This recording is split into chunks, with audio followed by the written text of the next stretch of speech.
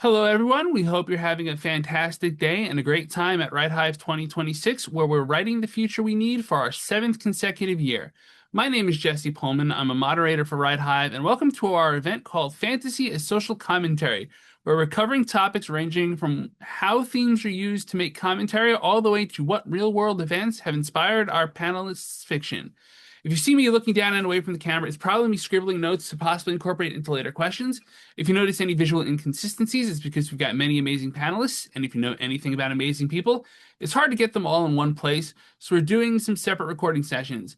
If my cat Ophelia comes up and says hello, she might sit on my lap, but I've got questions on my monitor on my right, so I can keep on asking. She's also at the vet right now. She's doing fine. She's getting her arthritis shot. Last note before I welcome our guests to introduce themselves is that if you're in Discord chat, feel free to leave your questions and our panelists will answer them as soon as possible. With that said, let me turn the microphone over to our first panelist. That would be Rose. Hello, Rose. Hi, I'm Rose. I'm a genderqueer author from the UK and I write fantasy and horror. I've got two books out with Hodscape currently. Till Death Do Us Bard is a D&D-esque fantasy adventure, and Fated Winds and Promises Seas is a seafaring queer adventure with sea serpents. Cool. Julie, you're up next.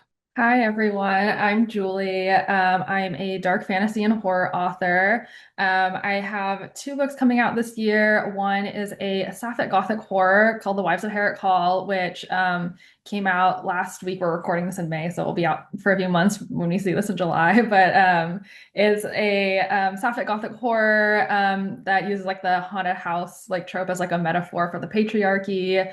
And then the one I'm here to talk about today, Death in Verse, comes out this September 22nd. It is a dark fantasy murder mystery about a poet's trapped on an island having to complete a spell while there's an anonymous host somewhere, like, knocking them off one by one.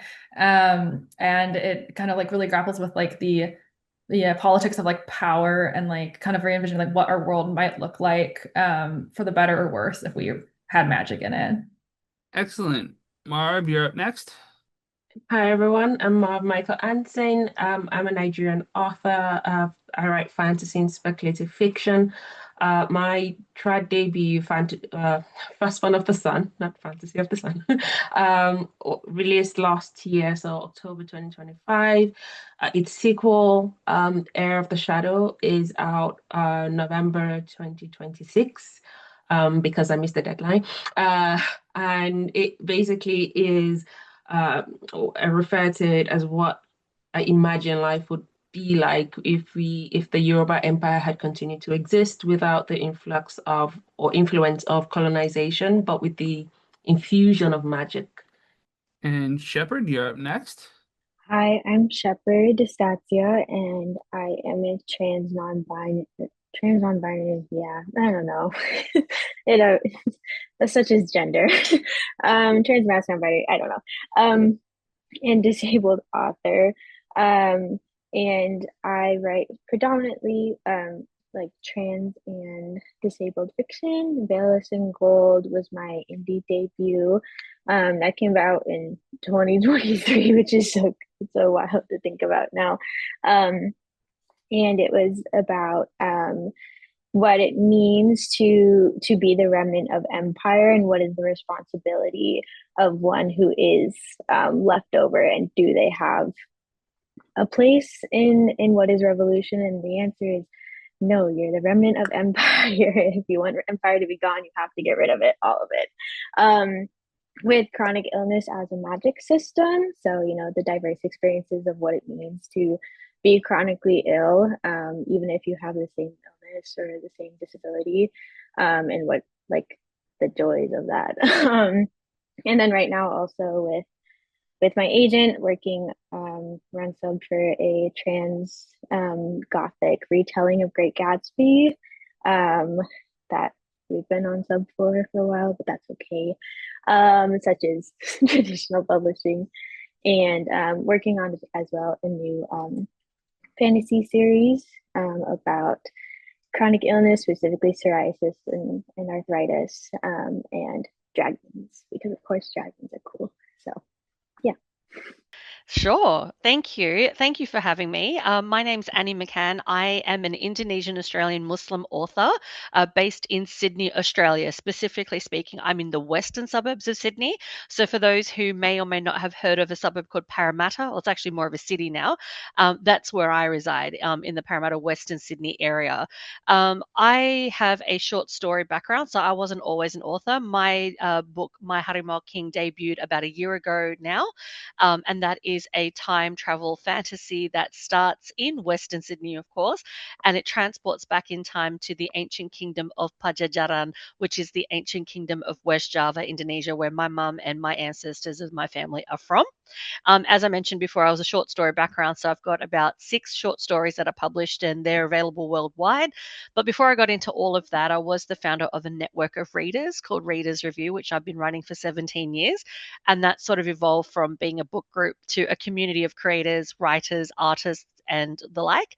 And I'm also an MC. So when I'm not doing any of this, I MC major conventions like Comic Con, Supernova, Book Fair Australia, Sydney Writers Festival, and anything that really requires a host and a mic, I'm usually there. All right, thank you so much. So our first question is sort of based on the idea of like what this panel is, and it's fantasy as social commentary. So since we're talking about fantasy as social commentary, does that mean that fantasy has to have a political component? Or is there a different type of social commentary we can make? Or what? How do you interpret that question? That's up to you. So So, I'm happy to jump in and share my stance on that. So does it have to be political? Well, I think, yeah, as others have mentioned, it is inherently political, and it's also a safe space to discuss very heavy or at times possibly controversial themes through a fantasy lens. Fantasy or fiction is basically a platform that people use to not only just capture and have something entertaining to read, but also to talk about deep themes and the like. In my book, My Harimau King, there's a strong emphasis on identity as well, where someone's finding their place in the world, themselves, their history, and the like. And that's not always sort of really addressed in other books. So when you can take it through a fantasy lens, you can really dive into that as well. And it's safe, like you're not going to get you're not going to get hounded on or trolled or attacked because you're discussing real world themes or real world politics and the like through a fantasy lens. I would like to give a shout out to my absolute favorite TV show called Grimm, which is I like to call this the Criminal Minds meets the Brothers Grimm. And in that particular series, they discuss very strong topics like World War One, World War Two, the Third Reich, that sort of thing, politics and the like, but through a fantasy lens, in line with Brothers Grimm fairy tales, with cultural legends from around the world, and they capture very important things that need to be discussed. And through a fantasy lens, when you discuss it through a safe place and safe lens, it can also be thought provoking, and it can actually encourage discussion and questions and critical thinking in a safe space. That's how I see that. I think any kind of fiction is inherently going to have a political message, even if it's not deliberate, because the choices you make in world building will say something politically. Like a lot of traditional fantasy is very heavily themed around monarchies, even empires, and rights of succession. And if you are writing a fantasy with that in, you are making statements around that. So if you have things like, if your magic is limited to royalty, you are making a statement with that. If you are saying, that royalty have magic, therefore, that they are more powerful, and the reasons they have these, if you there might be a legitimate reason you're exploring with that. If you're saying that and not exploring it, you're still making a political message. Yes, I mean, I agree with everything Rose said. I think that like literature is like inherently political, but I think fantasy especially. I think when you are like creating or imagining a world, you are inherently making choices that are grappling with like politics and kind of like how you move and navigate the world. And I think that how much an author chooses to spotlight or downplay it, or how much a reader chooses to engage with it, is kind of like a choice that you can make for yourself, and based on who you are and like your privilege and whatnot. But I don't think it takes away that inherently like it is a very political genre, because there is so much like you're reimagining the world, you are the one creating the rules, and you are inherently like taking a look at our world and reimagining, something else. It's like a conversation, like, with the actual world that we live in. And I think that makes it, a very incredibly exciting and, diverse genre. I think fantasy as a genre is one of the safest and most exciting platforms to talk about political things, because you're able to distract people with things like dragons and magic and boys with magic and girls with magic. And a lot of the things, we talked about world building right now. When you say, there is someone on a farm who is, I don't know, a sheep farmer, and someone steals his sheep, and then he has to go report to the authorities, and he's like, oh, it's my right to have my farm and no one steal from me. And it becomes a big thing. And in your fantasy world, you can make that a heist. Maybe he goes to steal it back. Maybe he petitions, the princess to, speak to her father on his behalf. All of these things sound like it could be an adventure. It could be introspectively looking at one person's life, but it is political, because then you start adding human rights and you're thinking, why do you feel you have a right to this thing? And I think just as a society, we've associated human rights so much with politics, where it shouldn't really be so. Such that anytime you're talking about someone deserving something as a human, or you're assigning human traits to a character or a creature, and you're saying you deserve to live, you deserve to be happy, you have the right to work, you have the right to a home, you have a right to safety. Once you start adding all of those things that feel very basic, we tend to associate that with politics, whether rightfully or wrongfully so. So when you're building a world and you want a story and a sense of adventure, someone's wronged by someone else or a system, and inherently it becomes political. Now, it's much easier, as I said, like in fantasy, to make it feel distracting enough that your reader can enjoy being in that world, and then pick out the themes that you're trying to pass across without it feeling too jarring. They're not closing their books and seeing dragons in front of them. And so they can, it can still be a sort of escapism, while the message is still very much front of mind.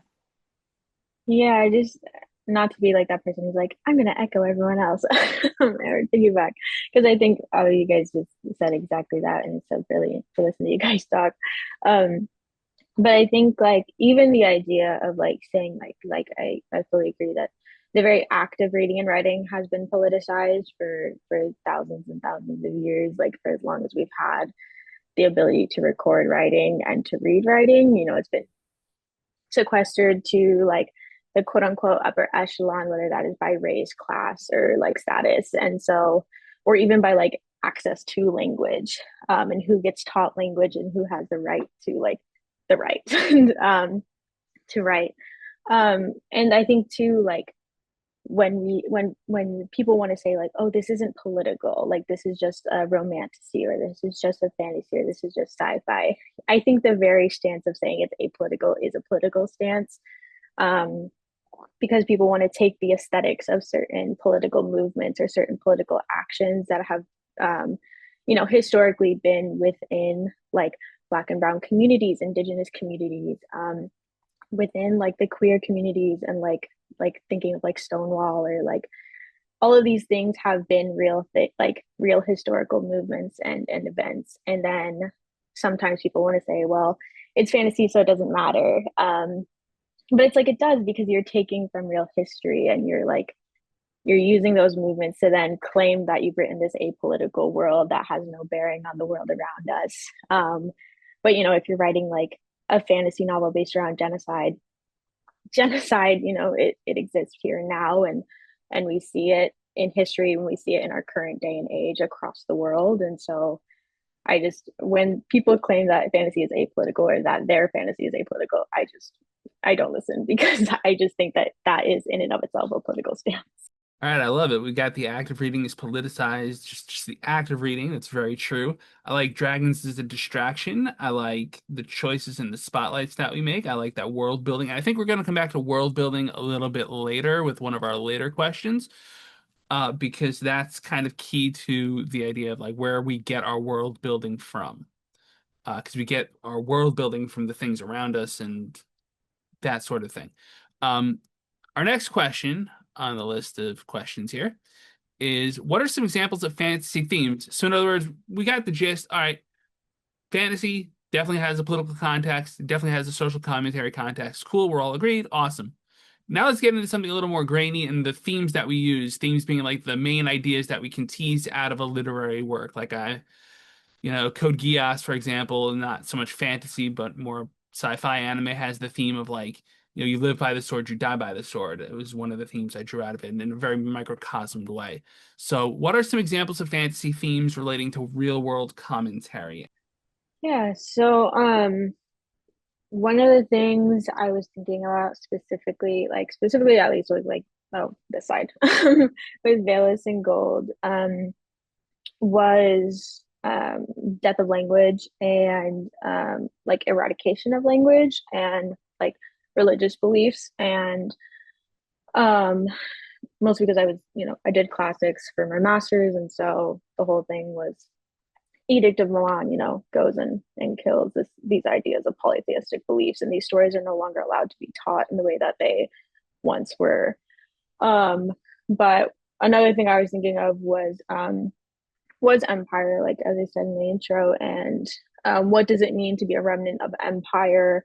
What does it mean to be steeped in the power that is like empire, and like what is like sorry, oh my god, I get so anxious talking.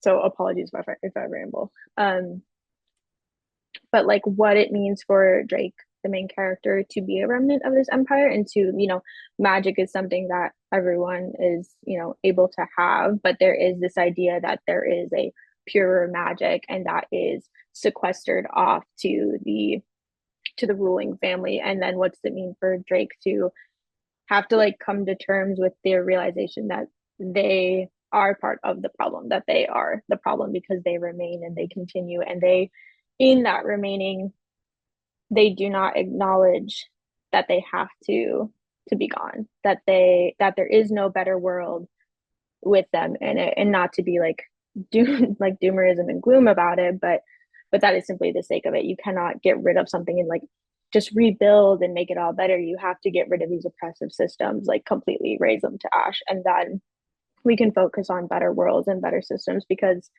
there is no better tomorrow if those systems of oppressions remain, even as like little bits of kindling, and so the biggest thing with Drake is showing how they continue to somehow like interact with these systems and these hierarchies of power within their everyday life, thinking that they can go and take down the ruling family of this opposing country by like joining a very like horrific assassin group that works for them, like claiming that you can take it from the inside out, and you can't. Like that's just not how it is, because those systems are inherently corrupting. And even like the hierarchy within this assassin group, that is this found family, but also like tools of propaganda. And like what does it mean for Drake to still feel loyal to their family and to their country that was an empire, but they don't view it as an empire. And then even like the propaganda of the country they are in, with like viewing Drake's family as like monsters and like completely terrible. And it's like actually both of them are terrible. And they are like destroying the worlds around them, the countries and the languages and the people around them, all in this like fight to like who gets to be on top. And I think with fantasy, there's a lot of chosen ones. There's like, like as Marv said, there's a lot of like wars and like pulling from history. And sometimes I think like when we want to talk about like morally gray characters or like really dark stories, like you kind of have to lean into it more, and you have to acknowledge that maybe you are writing a character who does not deserve redemption, or who does not deserve like to be like a quote unquote better person, because if you have been actively engaging in harm, I don't think that that necessarily means that like you get to then be the face of rebellion, because I don't think that empire has a place in rebellion, only in that it deserves to be vanquished and destroyed. And so it can be hard sometimes, writing like a sympathetic character. Sometimes you want to feel bad for, and who you grow so close to, especially in those like close point of views, and then you're also like, they suck. They do terrible things, and the people around them who might be cast as like quote unquote villains to the story are not villains, and we have to treat them with like humanization and respect, because those are the people who you know do the important work. And so it can be hard writing from the actual villains point of view in those aspects, but yeah. Oh, I love this question. This is something that really speaks to me. I can only speak for myself and my own experiences as a culturally and linguistically diverse individual in Australia, as a Muslim growing up in Western Sydney, as an Indonesian Australian who, in my time, it was quite rare to see a mixed heritage person, going through real life experiences of Islamophobia, of a gap in knowledge where my own teacher didn't believe I was Muslim simply because my father was white and my mother was Indonesian. So they had this idea of what a Muslim would look like. And then you've got the flip side where being a mixed, heritage, I was too white to be considered Indonesian, but I'm more Indonesian than considered white. So you try and find your place in the world and where you're supposed to, where do you sit at the table, that, going through those real life experiences.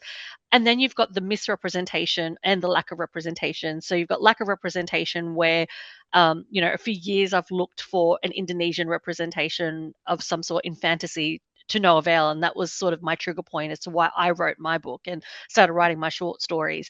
And then you've got the misrepresentation, the media and the propaganda where, the headline and sort of paint the Muslim community in a certain way, because of atrocities that, a minor group that have done in our name, things like that. When I look at writing fantasy, addressing these real world issues through a fantasy story, the power of storytelling is phenomenal. It can shift the narrative. It can change the mindsets. It can positively influence a community where they engage in reading. They read authentic voices in literature, particularly in fantasy, and it's thought provoking. And they turn around and realize, oh, okay, so this is not what it was this whole time. What I was taught might not be correct. What I'm seeing in the news might not always be correct. Spoken from an authentic voice, this is the truth, this is what's happening. So when I look at fantasy, and aligning that to real world issues, it's a phenomenal power that authors have, where you can shift the narrative, you can change the course of history, you can bridge a lot of gaps. That's why I'm such an advocate of representation, and representation matters, because when you grow up in a world that's broken, confused, and it's controlled by this narrative that's in the media and propaganda, people feel isolated, people feel disconnected. It creates a stereotype, it creates gaps in our society, and it can also drive hate and fear. But when you come to the party as an authentic voice, even in the fantasy lens, and you set the record straight through your writing, it is a powerful move, and it bridges a lot of those gaps. And that's what means so much to me. I have a lot of my own experiences in My Harimau King, where it's identity. She learns about herself. In the sense that, yes, she is one of the last living descendants of an ancient king, but that doesn't come with riches. It comes with a responsibility, the responsibility to protect the prophecy of her family from coming true and wiping out the family line, protecting the memory of her ancestor, honoring her culture, her family, but also being proud of who she is and being proud of herself. There is a moment in my book, it's not a spoiler, but there is a moment in the book where the character encounters racism from someone from her own community who she thought was a friend. And that actually did happen to me, many, many years ago. And at that point, as confronting as that is, where you are seen or you're not accepted for your culture simply because they think the color of your skin is too light to be, remotely Indonesian, you realize that being mixed is something to be celebrated. And when you write that into a story, you connect with somebody who's had that same experience even in a fantasy lens, and there's that connection, and they find validation in themselves, and it's something to be celebrated. One book I want to also shout out to is a book called Wyler. That's an Australian fantasy novel that's written by an Indigenous author. My God, I've gone blank as to who wrote that book. But anyway, Wyler is the name of the book. It's for the middle grade audience. And that is an amazing fantasy story that talks about Australian colonialism and what's happened to the Indigenous population here in Australia in our history. Because growing up in schools in Australia, we were taught history the way our colonial history wanted it to be taught. So identities got erased, stories got changed, history was sort of rewritten. And we were of the understanding that, oh, the Indigenous population and the colonials coexisted quite harmoniously, but that wasn't quite the case. Wyler explores this delicately through the metaphor of dragons. And Wyler is an Indigenous warrior who tries to protect her land from the dragons. And the dragons are your colonials. So when you tell that story, it shifts the narrative. It's so powerful through a fantasy lens, but it also speaks the truth of what really happened. So the book on my screen there, Fated Winds, one of the big things in that is about prisons. So the book starts off with a little literal prison. The character's been held for 10 years and accidentally gets released from prison. But the book is about physical prisons, and it's also about the mental prisons that we make for ourselves, the way that not conforming to, forcing people to conform to society can be a prison, and learning how to be yourself is an act of rebellion. That's very clear theme. So the book is a lot about learning to be yourself, learning to accept yourself, even when that goes against social standards. And it's also about fighting fate. So fighting what people say you should do with your life, how things can be laid out as this is expected, this is right, this is what you should be doing, and going against that, and what that can mean personally and for society, and people living in it. Yeah, I think that, a lot of themes about like, you just think about like a main character or just a character and like who they are and like what is their position in the world. Like you're starting to make like, political commentary and like choices, like even like, down like, the character level. But like in my book, Death in Verse, I really wanted to kind of grapple with the idea of like, social privilege and power and like who gets to wield it, but in a kind of like a magic sense. Like my book has poetry magic, where some people are born with like ability to write, magic and verse, and some people aren't. And kind of like imagining like what would our world be like if we, had something like that? Would it make it more equitable? Because like, there's I have characters who like a very, very diverse, like, cast of characters of like, poets of like color, non-binary, trans, and like what does the world look like for them? Like can they move around it, differently? And I think that, I think the truth is that, we probably like just exploit and, they face a system of oppression that's uniquely like different. And kind of like the idea of like, writing as an act of like rebellion and like, who gets to who gets to tell a narrative to history about like what the truth is. So yeah, I think that there's lots of like, ways to explore kind of like, these political themes, but very much on like the story, a very personal level of like, the characters and who they are in the world and how they interact with it. I think about this on like two scales. So I think about the much larger themes like war and genocide and colonization, and even with the infusion of magic. When I think about how Earth's resources, where they are, and the history of the locations that have those things that we consider to be special, something I think about very often is the concept of gold and how we can't make that. So once we run out of gold on Earth, we're like, that's it. You can't quite recreate it. And then you think about the regions that have this gold, which, could be considered to be magical, and the history of who's been there and who's tried to collect that, and how has that been politicized over time?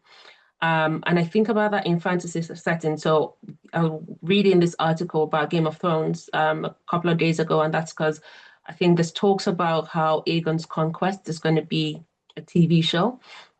And this writer was talking about how it needs to be done really carefully, because when you consider they're a bit of colonizers, like they are on dragons and they have pretty hair, but they did kind of wipe out the kind of because it is a retelling of the War of Roses and England's history, and in the time when that history was being written, and there was lots of genocides to stake their claim.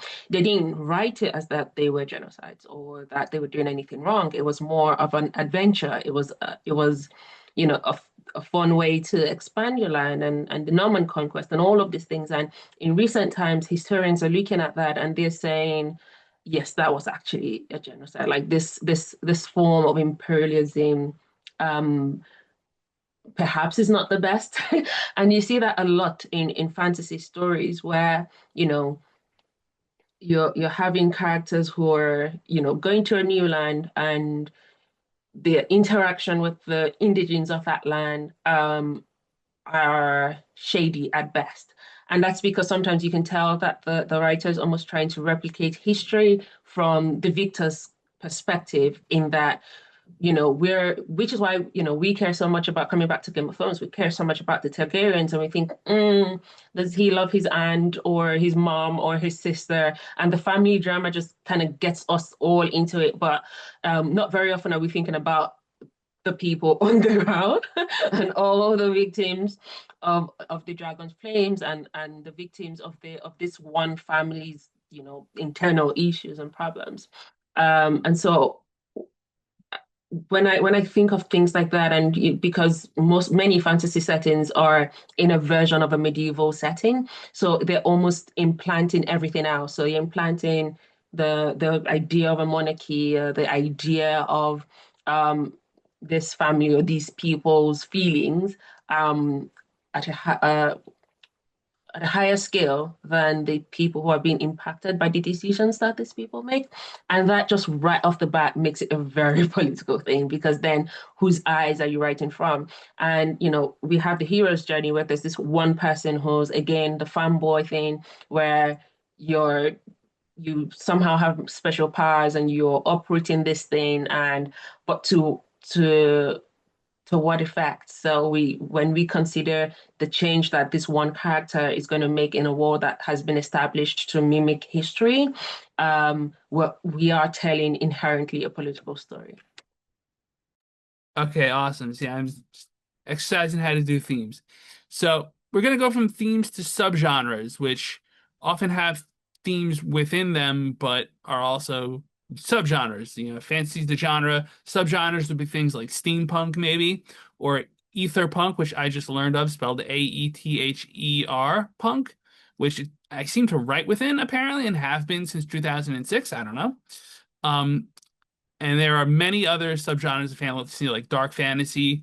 And what strengths of these certain subgenres lend themselves to better social commentary? So to simplify my question, what strengths of certain subgenres lend themselves to better social commentary? I hope that makes sense. Yeah, when I think of subgenres of fantasy, and some of the ones that I think do a really good job of setting a political landscape would be things like a dystopian world, so like a dystopian fantasy. And I think the idea there is we want to go so far away from what we know now that we're saying, if things continue to spiral, where will we get to? And almost like a cautionary tale.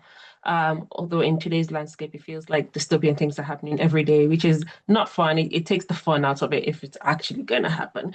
But it is almost putting a mirror to society in a way that, you can pick anything and say, this, for example, this obsession with generative AI, if you keep going on this timeline,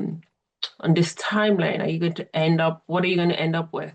And it creates a version of what that society might look like. So it's like a reimagining of a world that has not yet come, like peeking into a multiverse and seeing ahead of time and saying, this is what you should be worried about. This is what you should be afraid of, because this is how much harder, if you think it's hard now to get rid of the bad guys and the tech bros destroying our world. Imagine if they actually win. Imagine, 200 years in the future where, your oxygen is paid for and you have to watch ads before you breathe. It's actually not a bad idea. Not for reality, for book.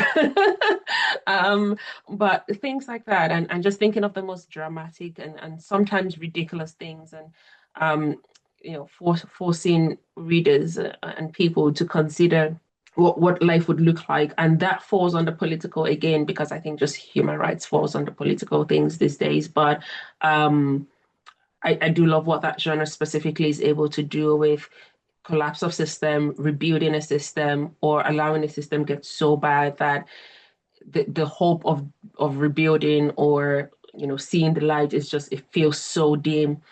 When I was watching the whole kind of Star Wars sequence, and in the early days when we first watched it, and like they defeated the Death Star and all of that, it happened in like 2 3 movies, so it was like, oh, that's fine. But now that we're having things like Andor, and we're going back in time and seeing how much investment had gone into, it was like generations long, into destroying this one bad guy.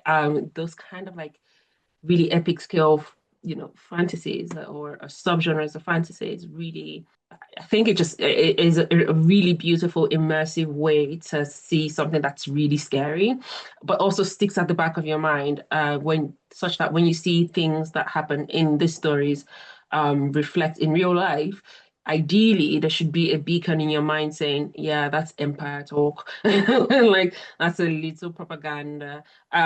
So, hopefully, if the literacy rate does not continue to drop, people will figure it out. I was thinking, I feel like a lot of us do like the kind of like epic or dark fantasy, or like the more like even like the idea of like cozy fantasy and everything. Um, but I think especially, and I say this because I do dark fantasy and horror, and I dipped my toe finally into like more like epic, and I was like, oh my God. But one of the things I think is really interesting is like the ability to explore disability and body horror within like the dark fantasy and like more horror like subgenres, and thinking about like who gets access to medication, who gets access to treatment, who is not told that they just have anxiety and get on Lexapro and be done with it. And like looking at mortality, like for me, looking at mortality rates a lot, unfortunately, and just like thinking about how so many, like in the real world, so many like diseases and disabilities are, put off to the side and ignored. And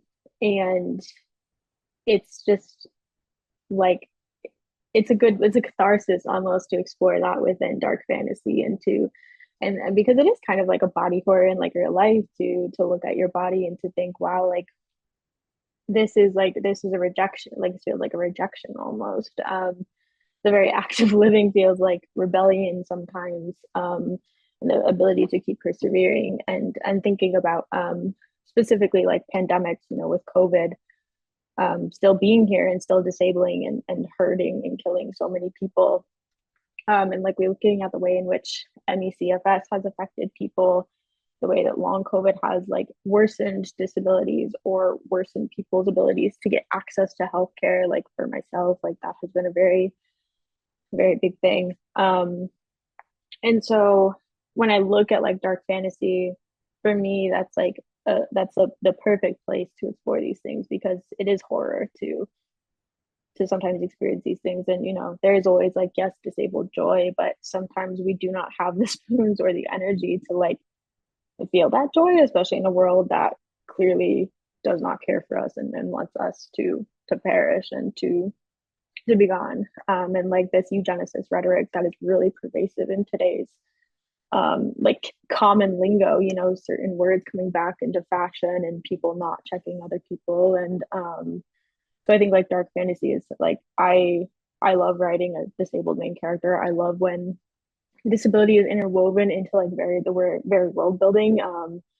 And like things like, you know, like addiction and neurodivergence, and like it doesn't, you know, and ensuring that we also have like physical disabled rep, and like making sure that like facial differences are not villainized, but you know, also like that people like who are disabled are allowed to be villains or allowed to be good guys, or like, you know, like I think it's such a beautiful place to like explore those topics without like falling back into tropes or falling back into harmful stereotypes. And I think that that does happen still, unfortunately, because that's also the world that we live in, is people, you know, claim this evil person is ugly. And that goes into, you know, ugly laws and disability and eugenics.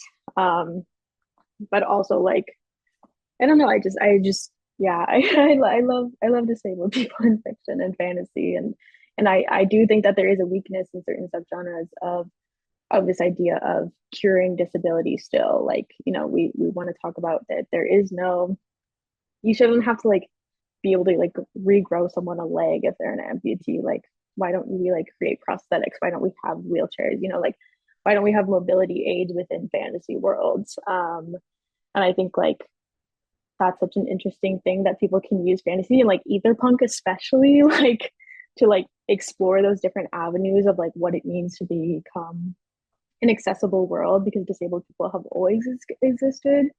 People have always found a way to persevere, and I think that that is like such a beautiful like avenue of exploration.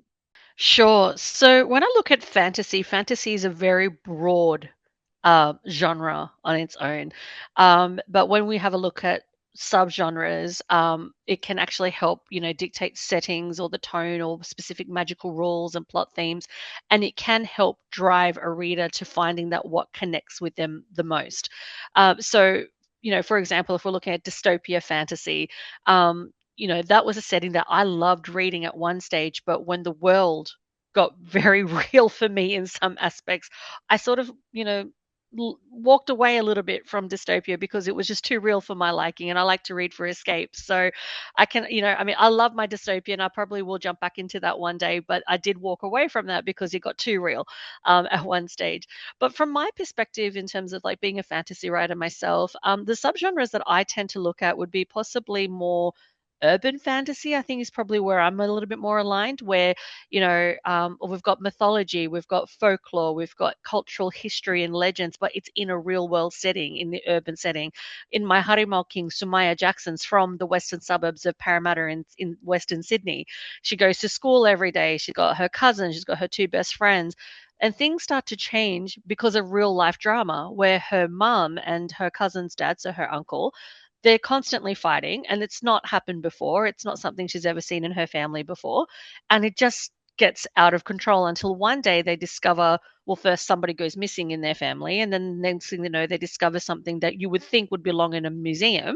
But it turns out to be ancient weaponry, and it turns out to be a portal to the ancient kingdom of Pajajaran, and they don't know this. And it's all set in this, you know, urban streets of Parramatta before they end up going into the ancient kingdom of Pajajaran, which is a real world. It's not a, it's a portal that goes into another realm, if you like, but it's still the real world because they've just gone back in time. So you've got that time travel trope, you've got that, you know, urban fantasy subgenre, but then you also sort of has that, you know, it's sort of where it's contemporary, it's relatable, it's modern settings, but the time travel element, the mythological element, the magic of it all, it's in plain sight. And I think for me personally, I tend to relate to more urban fantasy stories myself, which is probably why I started writing this one, because it's one of those things where, yes, you bring the legends of old or the ancient legends or the ancient magic, and you bring them into a real world setting where it's hidden in plain sight. And, you know, you're thinking, well, I live in Parramatta. I see these streets. Can you imagine if this happened right in front of us today? How would you react? How would you navigate? So I think that's a subgenre that I think myself and a lot of others do tend to gravitate towards is the urban fantasy side. That's where I come in. Nice, Yeah. nice. And it also brings it back to, real world, human sort of experiences as well. Identity, culture, family, life. Yeah. So I think anything that's punk should be inherently anti-establishment. If you call yourself punk and you're not really doing punk, right? So I think the various sort of punk types of subgenre do lend themselves better to having characters who step away from the sort of traditional nobility, chosen one, big systems. And I think it's I mean a lot of growing up, becoming an adult in the UK and looking at history, a lot of current events is going, "Oh, right, okay, so that's the British Empire, and looking back through history and just how much of the world we've managed to fuck up is horrific. So when you get fantasy that's like, oh yeah, the empire kept peace for 4,000 years and the home protagonist must keep the empire intact and stop it crumbling, and you look at that from a white author and you think, you've not looked at history, have you? Because empires that keep peace have done it for a very specific way of crushing other cultures. So I think there's a lot that can be done with the subgenres that don't focus on the big epic scales to do more interesting things in sort of social commentary on a much more level that affects individual people and individual societies and cultures, if that makes sense. If that makes sense. Yeah, like I feel like, different subgenres definitely, like, like, as Rose was saying, how, like, there are some kind of like expectations, like, of the themes that they'll deal with. But just kind of like from my experience, like writing on like the dark fantasy, like spectrum of fantasy, like I think that, it I think dark fantasy is like a great genre for like holding up a mirror to society and showing like kind of like the dark side and like, of like, power and class, race, privilege, and kind of like how systemically, like, the systems that we live in, institutions can like, use and exploit and manipulate. And I think it's like a fascinating genre for kind of exploring like the kind of like the darker sides of like the world. I think that, when you have like a really epic, like, world building with like, princesses, dragons, and, stuff like that, that's still very like inherently political, and you're still grappling with like, possibly like monarchy or like, the systems we're in. And I think that like, dark fantasy kind of like holds up a mirror and like kind of explores like kind of like the dangers of like, the systems that we live in. Very cool. So one of the big things I heard, and you could check me if I'm wrong on this, is that these genres, especially dark fantasy and especially horror fantasy, will let you put a mirror up to the world, and also that punk should be an anti-establishment subgenre. If it's got a punk, it should be an anti-establishment. Sound fair? I see heads nodding, so I'm going to assume that I'm not totally off base. Maybe it's a little off base. Who knows? I do that sometimes. Anyhow, we're up to that question that I said we were going to kind of get back to the world building of. We're up to that question where I ask, what are some real world historical events that inspired your social commentary via the fantasy genre? So this is more stuff that you did yourself, or at least stuff that you saw done that you really appreciated and went, oh yeah, this is like that thing that really happened. Yeah, my book is set in 1920, and that's kind of like in America dealing with the aftermath of World War One, where there was a lot of like social reckoning about like, the pre-World War One and post-World War One are very different worlds, and it was a fastly changing world.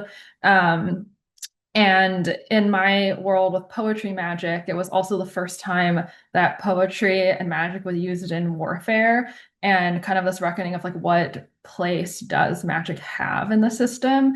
And I wanted to explore this in like one of my main characters is non-binary, and they're also like Chinese American, and they, you know, in the real 1920 America, it's not a very easy life. And it's not for them either, but they have this, like, magic is a kind of like privilege where some people have it in this world and some people don't. And like kind of like the shape and whole direction of the rest of your life is like affected by, if you have magic or not. So like I wanted to explore kind of like what would happen like what when you have like these privileges like like magic, like would that really make the world more equitable in a fast changing world? Would like would they live an easier life, or would something like this only deepen the divide between the haves and the have nots? Like would it be like we've seen historically and all the way to today that when there are limited resources,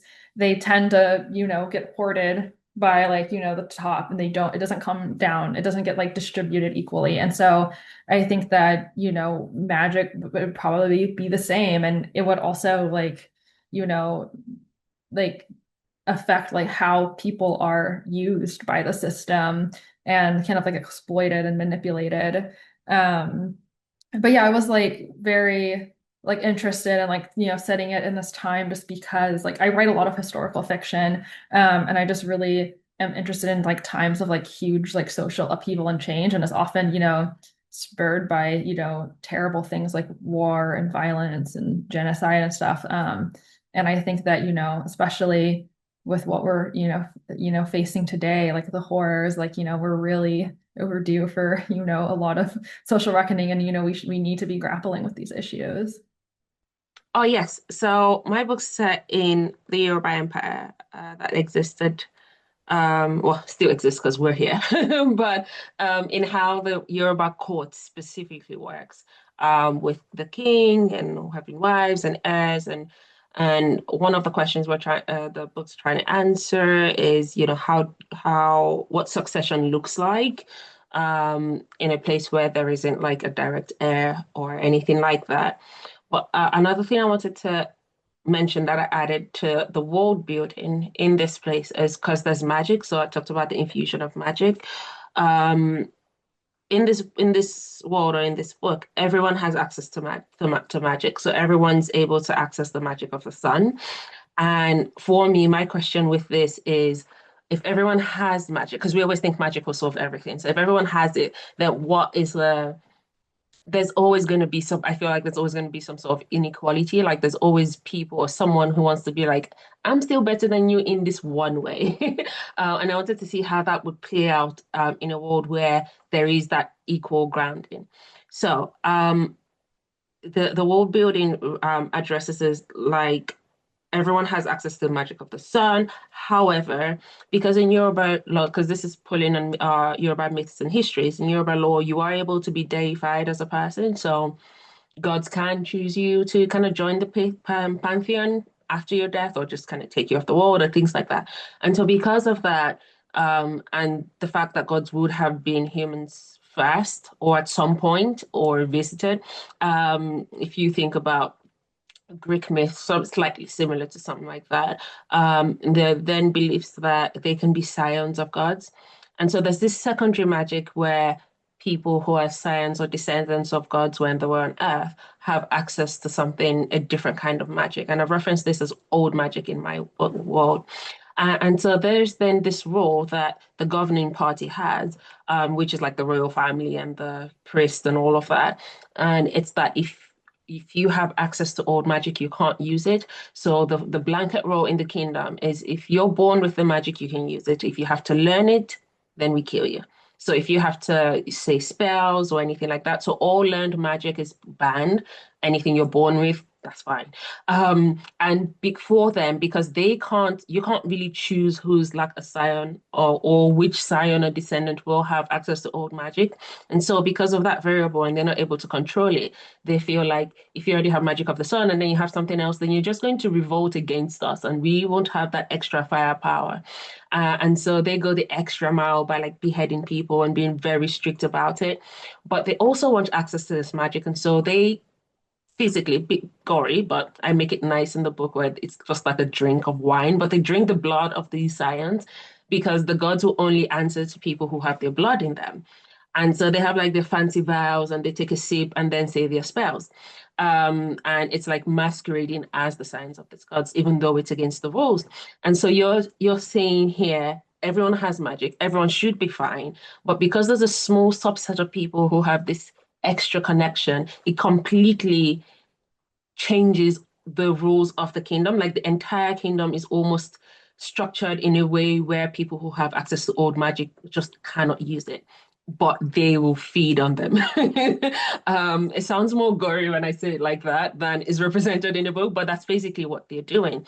And our main character is someone who she's the only one in this kingdom ever that doesn't have the power of the sun. And she's trying to understand why, but she also can't research it or anything because as soon as they find out one person doesn't have it, they're going to panic that does that mean we're losing it? Does that mean no one's going to have it? And because she's someone who does have access to that old magic, she uses that to masquerade a version of firepower where she can mimic the power that everyone else has until she gets into trouble. And that's, the rest of the plot of the book. But this core thing that I was looking at is how power reacts even when there's supposed to be an equal ground. Yeah. One of the main things that I was taking from was one, making sure that like languages I knew and like have spoken, or like languages I grew up listening to, were like represented. And specifically like the people around me were represented. And it always is very funny because I like will reread those and go down and be like, that is not friend. Because I wrote this during undergrad. And a lot of it was, started to be written when I was on bed rest for 2 months with a really bad knee surgery. And it was, when COVID lockdowns had started. And so the only friends I had, were like technically like on Zoom or on my phone and like on my creative writing workshops. And so like obviously like told all of them, I was like, do you want to be like this character in my book? And they were like, yeah. And so like, talking to them about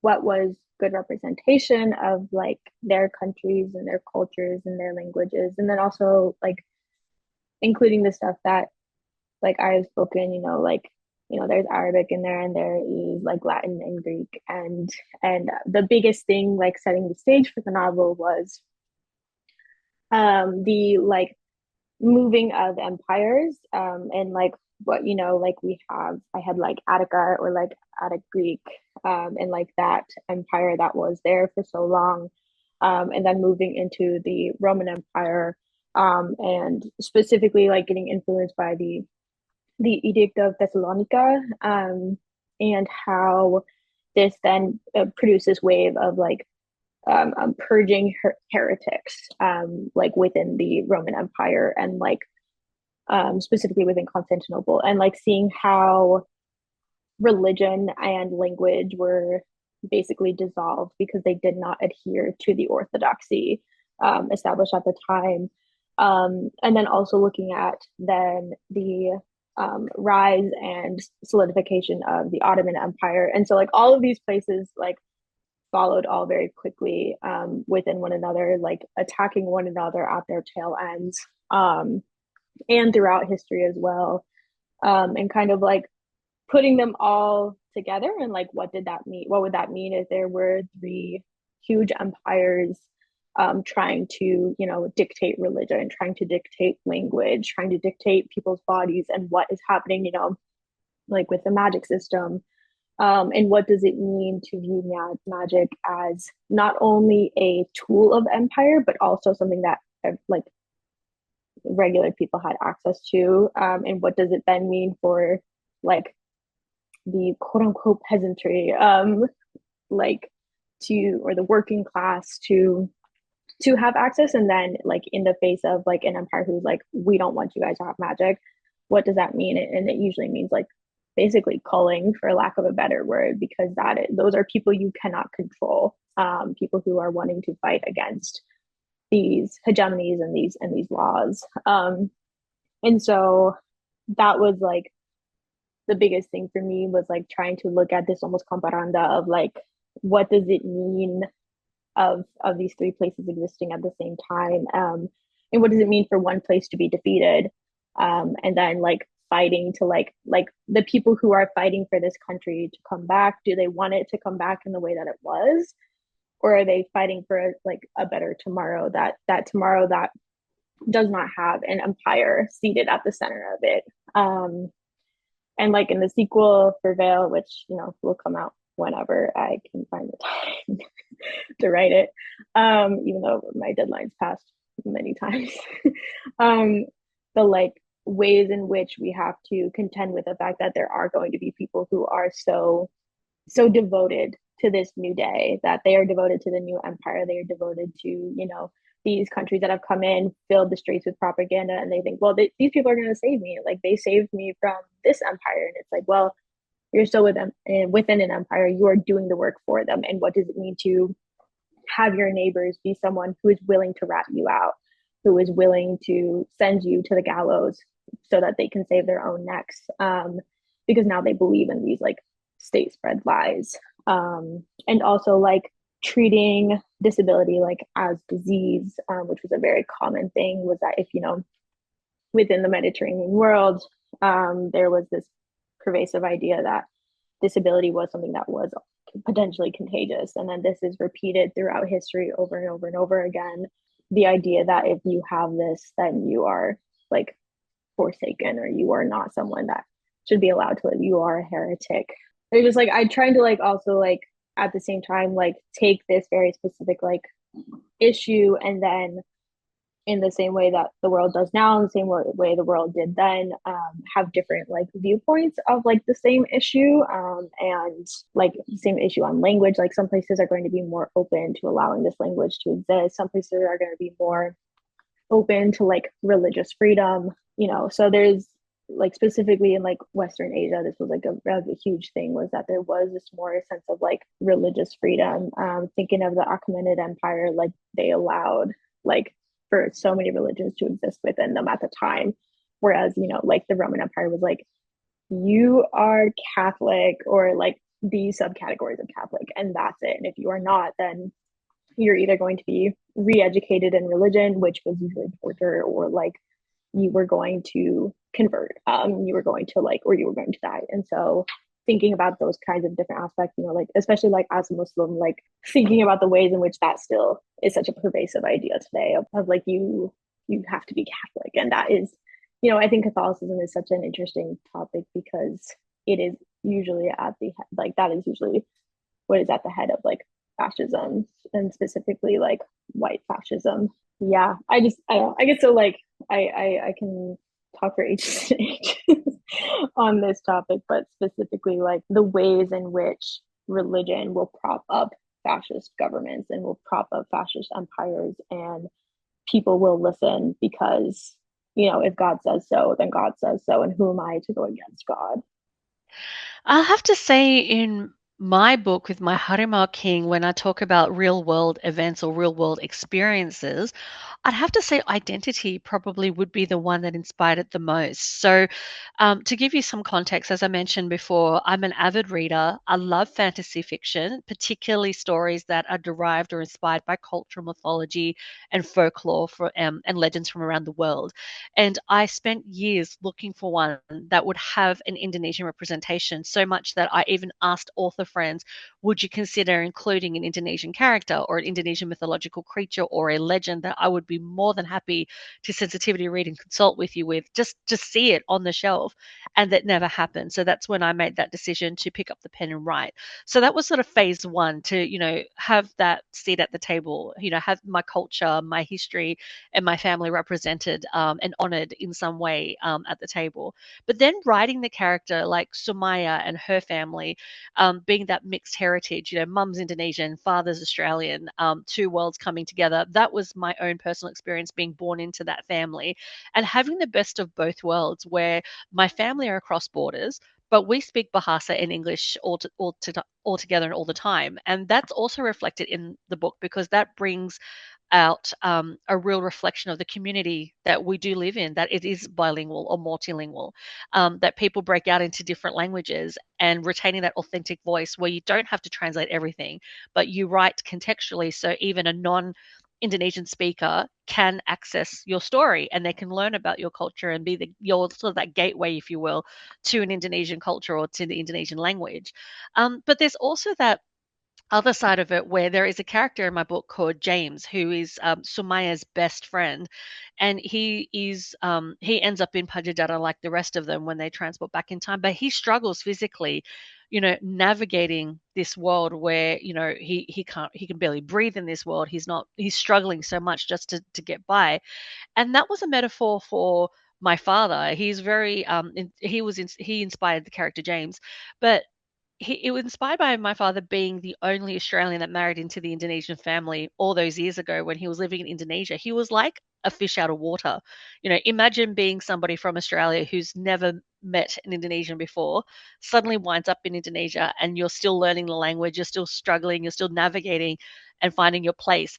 So that sort of inspired James's character was my father's experience. So in terms of like the social commentary and the aligning with real world events, for me it was identity, it was real experiences, it was people trying to find their place in different cultures and also retaining that authentic voice and that language, because it does draw a parallel to the life that I live, which is we speak multiple languages at home, we mix English into the mix. There is a struggle with cultures at times where, yes, I very in tune with the Indonesian culture growing up being Indonesian Australian, but there is a bit of a clash at sometimes in terms of trying to navigate like what's acceptable here might not be acceptable over there and vice versa, that sort of thing. And you draw these out into your books with fantasy lens or fantasy settings, it starts asking questions, it starts conversation, it's thought provoking.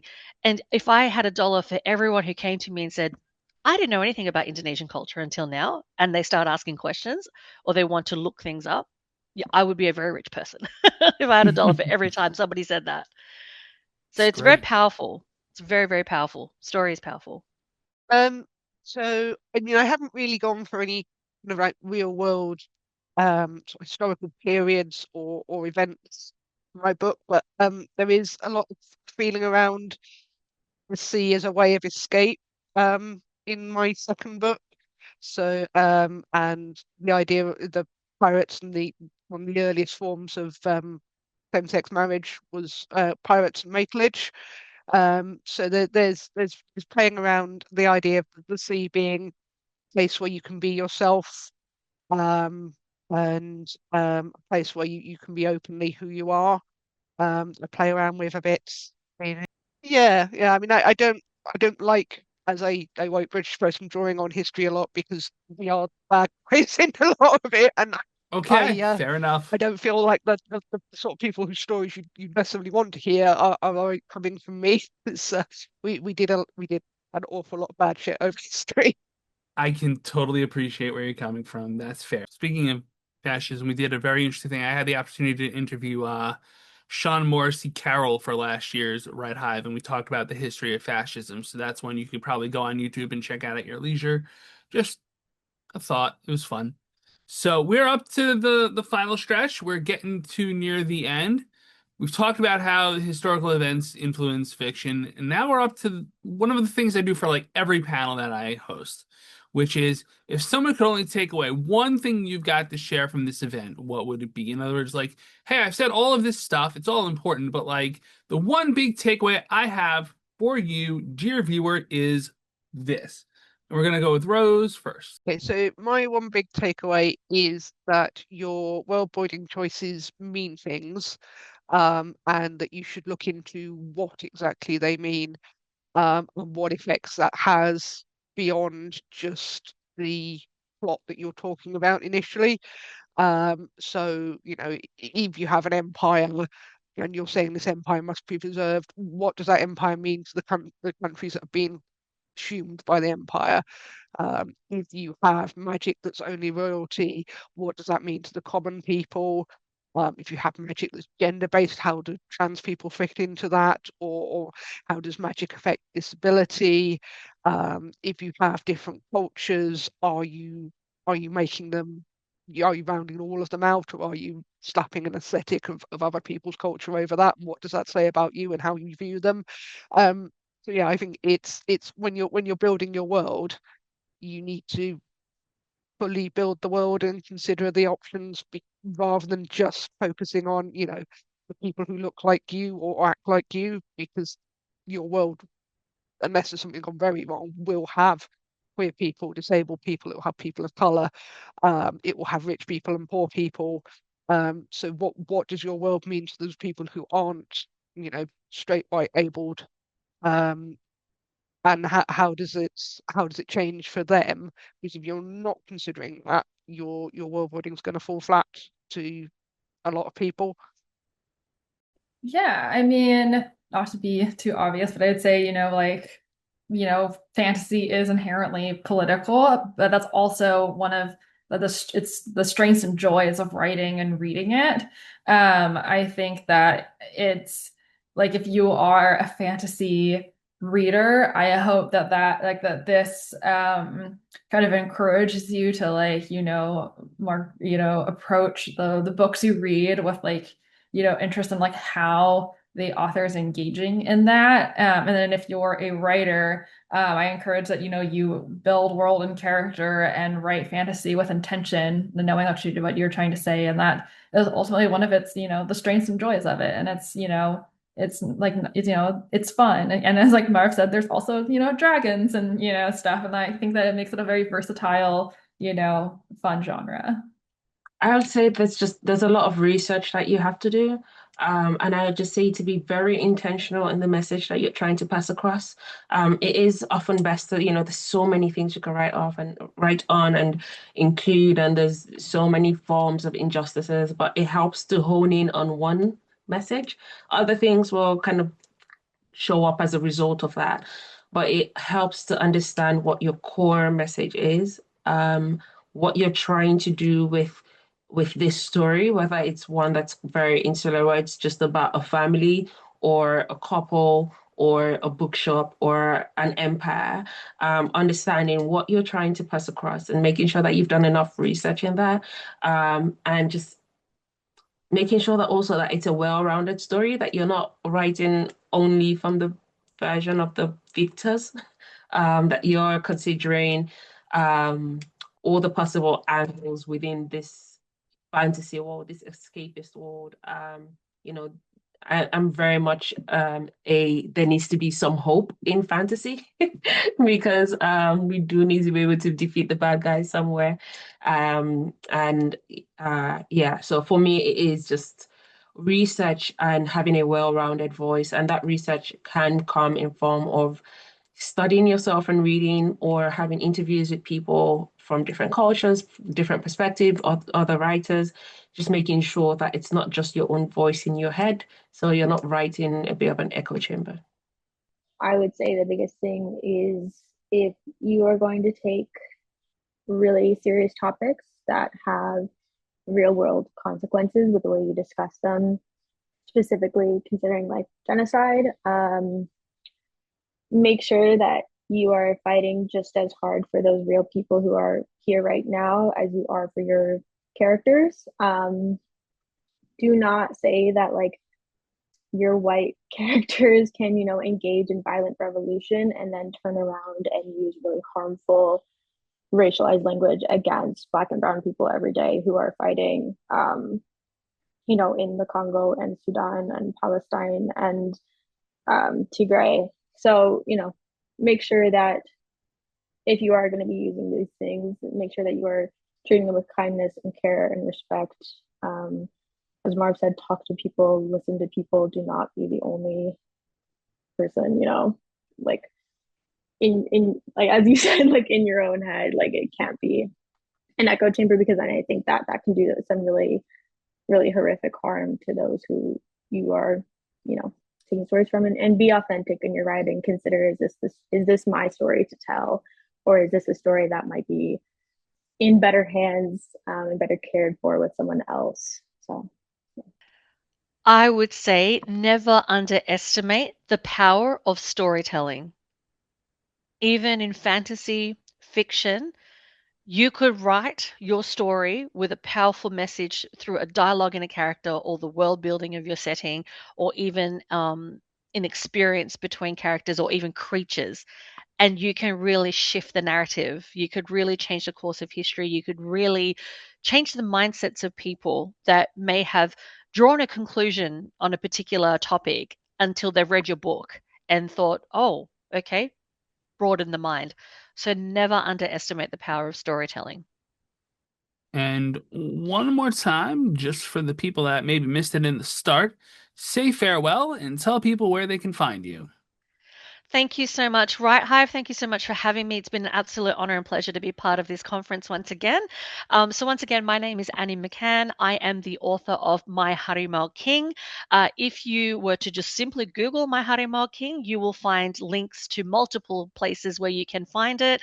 If you'd like to connect with me on Instagram, my handle is Neng, Neng, Annie, Annie, Menulis, Menulis, which basically means Neng Annie Writer, which is at Instagram. I would love to connect with you there. Otherwise, maybe just go to your local library or your local bookstore, support local business, and you can possibly order my book in, My Harimau King. Thank you very much for having me.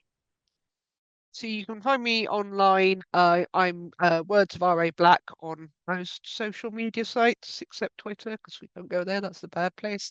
And you can find my books. They're published by Hodescape, and you should be able to find them in most bookshops in the UK, America, Canada, and Australia, I believe. So yeah, that's me. Thank you for having me on board. Hi. I'm mostly on Instagram at my name, Julie Liu, but there's underscores on either side. And I also dabble on like TikTok and Threads, but I'm not as active on them because then I would just be on social media all day instead of writing. But yeah, mostly on Instagram. My book, The Wives of Heracles, is out now, wherever you buy books, and Death and Verse will be out in September. And then since this is happening, airing to you guys in July, I'll just shout out that at the end of July, for any like people in the DC area, I will be at Lavender Con, which is a like queer book convention for queer authors and readers, and I'm so excited and to go there. And if you're in the area, I'd love to see you there. Yes, I am at Just Marve Writes on all social media platforms. So that's TikTok, Blue Sky, Threads, Instagram. I will eventually get to one of those. My website is justmarv.org, but I think I'm perhaps on Instagram most of all of them. Oh, and my book's coming out in November. So the sequel to my to First Born of the Sun comes out November 26th, I believe. So it should be exciting. Pre-order now. I am Shep with a 3 instead of an E, and then DiStasio on Instagram and Threads, I believe. I think also TikTok. I'm still confined to the Twitter prison, mostly for doom scrolling. That is Shepard No Sheep, because I have no sheep. Velas and Gold you can get wherever. Also, if you can't afford a copy, I don't care if you pirate it, but I prefer you ask me personally and I will send it to you. And there's also a Rainbow Crate edition of it that was published last June for Pride Month. You can get that on Rainbow Crate's website. Bind You by Blood, the sequel, will hopefully be out at the end of this year. We'll see. Time will tell, health will tell. And I will also be at Lavender Con at the end of July with Julie. So yeah, mask up though, so that people, disabled authors, can attend and feel safe in this place. So yeah. I want to thank all our panelists for having given such wonderful feedback. It's really impressive. Like I said at the start, I learned a lot. And for what it's worth, I am Jesse Pohlman. I'm at jpullmanwriting.com on Blue Sky. My website is jpullmanwriting.com. Feel free to ask me any questions about any panel I've been on or hosted, and I'm happy to answer. Alrighty, well, as that's the time we have for this panel, I want to thank you all so much for joining us at Fantasy as Social Commentary. We hope you'll continue the discussion in the Discord chat. Make sure to ask your question and you'll receive an answer in the near future. Future. Until then, please don't forget to check out our many panelists at their other events at writehive 2026. And if you liked someone in particular's vibe, please check out their website or social media for more about them. If you need that linked down below in Discord, feel free to ask and we'll try to get it to you as soon as we possibly can. Thank you again so much for joining us. We really do appreciate it and enjoy the rest of Write Hive 2026. Have a good one. Bye-bye.